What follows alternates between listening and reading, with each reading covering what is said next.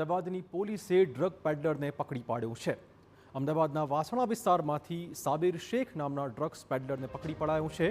પોલીસે આરોપી પાસેથી 194 ગ્રામ એમડી ડ્રગ્સના જથ્થા સહિત કુલ 8 લાખનો મુદ્દામાલ કબજે કર્યો છે। તપાસમાં સામે આવ્યું છે કે આરોપી સાબિર શેખ મૂળ મધ્યપ્રદેશનો નિવાસી છે। વધુ પૈસા કમાવા પોતાના મિત્ર ઇમરાન પઠાણ સાથે મળીને ડ્રગ્સ પેડલર બન્યો હતો। ઇમરાન ડ્રગ્સની હેરાફેરી માટે સાબિરને લોકેશન આપતો હતો, જે એમપીથી ડ્રગ્સનો જથ્થો લઈ ગુજરાતના અલગ અલગ વિસ્તારમાં સપ્લાય કરતો હતો, જેના બદલામાં તેને 1500થી 5000 સુધી કમિશન મળતું હતું।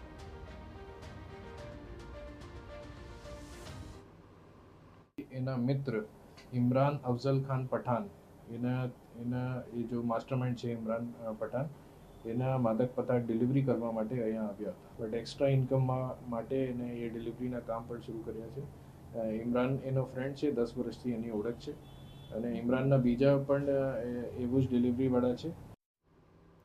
પોલીસ તપાસમાં સામે આવ્યું કે આરોપી સાબિર હોટેલમાં રોકાણ કરતો હતો અને ત્યાંથી ડ્રગ્સ પેડલર સુધી એમડી ડ્રગ્સનો જથ્થો પહોંચાડતો હતો। આ નેટવર્ક સાથે અનેક ડ્રગ્સ પેડલર અને ડ્રગ્સ માફિયા સંડોવાયેલા હોવાની આશંકાઓ છે।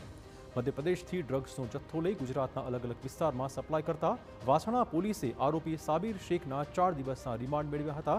સાથે માસ્ટર માઇન્ડ ઇમરાન પઠાણની શોધખોળ તેમજ ડ્રગ્સ નેટવર્ક વિશે પણ તપાસ તેજ કરાઈ છે।